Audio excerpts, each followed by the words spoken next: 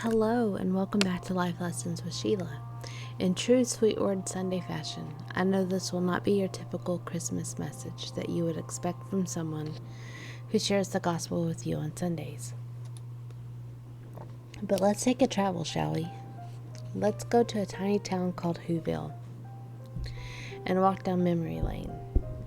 At times, I have watched the original Grinch on TV, to the Jim Carrey version, to the animated movie that came out just a few years ago. They all bring special memories to me, and I always walk away from them challenged in my spirit. Challenged for what, you might ask? Let's get familiar with the story and I'll break it down. For those of you who have not read or seen Dr. Seuss's How the Grinch Stole Christmas, it was published in New York Random House in 1957. The story goes like this. Every Who down in Whoville liked Christmas a lot, but the Grinch who lived just north of Whoville did not. The obvious question is, why did the Grinch like Christmas? No one knows for sure. But after probing the possible causes of the Grinch's unholy disaffection for Christmas, Dr. Seuss concludes that the most likely reason of all may have been that his heart was 2 sizes too small. The Grinch, you see, had a sinful heart. An evil heart leads to evil thoughts. The Grinch stood there on Christmas Eve hating the Whos, staring down from the cave with a sour, grinchy frown. He decided he must find some way to stop Christmas from coming. Then he got an idea, an awful idea. The Grinch got a wonderful, awful idea. Evil thoughts give birth to evil actions. First, the Grinch made a Santa Claus hat and a coat. He was handy with a needle and thread, apparently. Then he turned his dog Max into a reindeer by tying some antlers on its head. Then he loaded some bags and some old empty sacks on a ramshackle sleigh, and he hitched up old Max. The Grinch coasted into Whoville on his sleigh. He gathered up all the stockings, all the presents, all the ornaments, and all the food. He stuffed them in bags. Then the Grinch very nimbly stuffed all the bags one by one up the chimney. It was 1:15 dawn, and all the Whos were still abed. All the Whos still snooze when he packed up his sled. Packed it up with their presents, the ribbons, the wrappings, the tags, the tinsel, the trimmings, the trappings. 3,000 feet up the side of Mount Crumpet, he rode with his load to the tip-top to dump it. The evil heart takes pride in evil actions, so when he got to the top of Mount Crumpet, the Grinch paused for a minute or two so he could hear all the Whos down in Whoville cry, "Boo-hoo!" "That's a noise," grinned the Grinch, "that I simply must hear." So he paused, and the Grinch put his hand to his ear. And he did hear a sound rising over the snow. It started in low, then it started to grow. But the sound wasn't sad. Every Who down in Whoville, the tall and the small, was singing without any presents at all. He hadn't stopped Christmas from coming. It came. Somehow or other, it came just the same. It came without ribbons. It came without tags. It came without packages, boxes, or bags. Then the Grinch's heart was strangely warmed. He puzzled 3 hours till his puzzler was sore. Then the Grinch thought of something he hadn't before.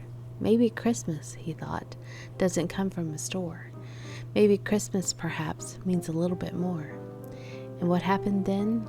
Well, in Whoville they say that the Grinch's small heart grew 3 sizes that day.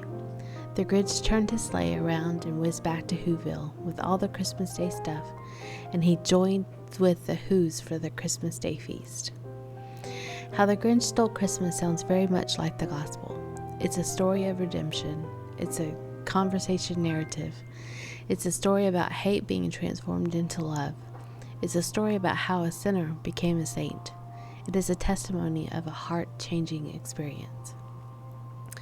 Maybe you feel like the people of Whoville, and you feel like your blessings have been stolen from you. When the devil meets us on the road of temptation, we often go down a road we didn't plan on going down. I don't think the Grinch woke up that morning ready to steal Christmas from Whoville. I think he was going about his day and began to feel regret set in, distaste for unity. I think he allowed his mind to become overwhelmed with mental garbage he had been lugging around all day, all week, all month, all year, his whole life. It became so much he just snapped, and when he saw joy on the people of Whoville's face when he was stirring up a pot of misery, it just set him off.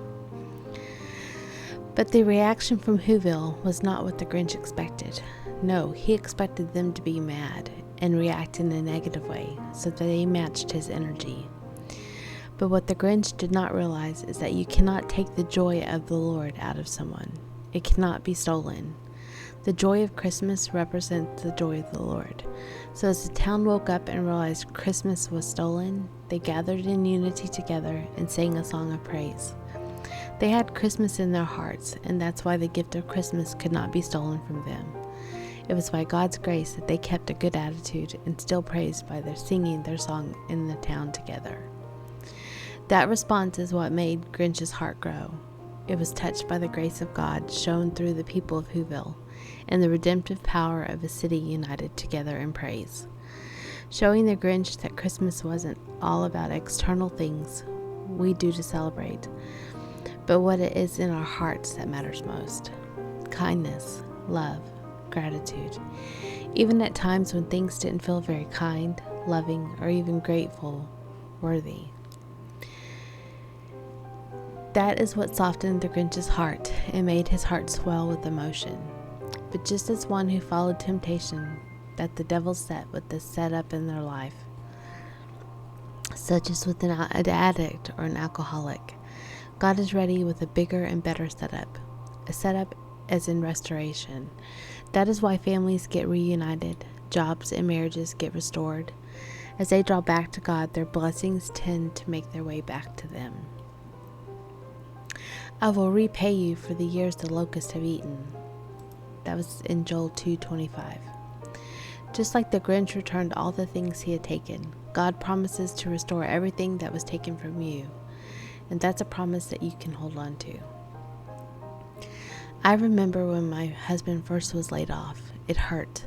It hurt his pride, but he needed to be humbled.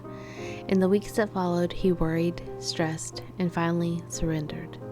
Once he surrendered, he was given a job that paid more and had more overtime and more benefits. I'm always reminded of how well God has taken care of me my whole life.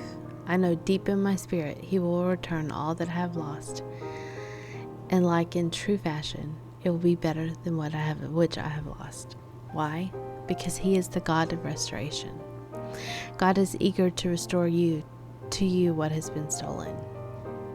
Brothers and sisters, if someone is caught in a sin, you who live by the Spirit should restore that person gently, but watch yourselves, or you may also be tempted. That's in Galatians 6:1.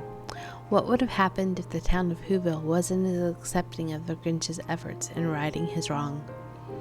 What if just one person denied him, was cruel back? I can tell you what would have probably happened. His heart would have shrunk back and turned cold and hard as rock. How we accept people during their own redemption can make or break them. So we must be careful, especially when one is truly repenting. Instead of your shame, you will receive a double portion, and instead of disgrace, you will rejoice in your inheritance. And so you will inherit a double portion in your land, and everlasting joy will be yours. That's Isaiah 61:7. I don't know about you, but my faith and love for God has been renewed and restored by the favor He shows me every single day. I hope as you go about preparing for your Christmas celebration, that you will show some of God's grace to those who may have come in to take something of yours, whether it was physical, mental, emotional, or even spiritual. I pray that as you show God's grace to others, that your own things that have been lost will be restored in your life, greater than what they were in the first place. Tomorrow and Tuesday will conclude our Radical Christmas Challenge. These last 2 days we will focus on love. If I don't see you tomorrow, Merry Christmas to you and your family. I pray the Lord's favor, grace, peace, joy, and love over your life today. Until next time, bye.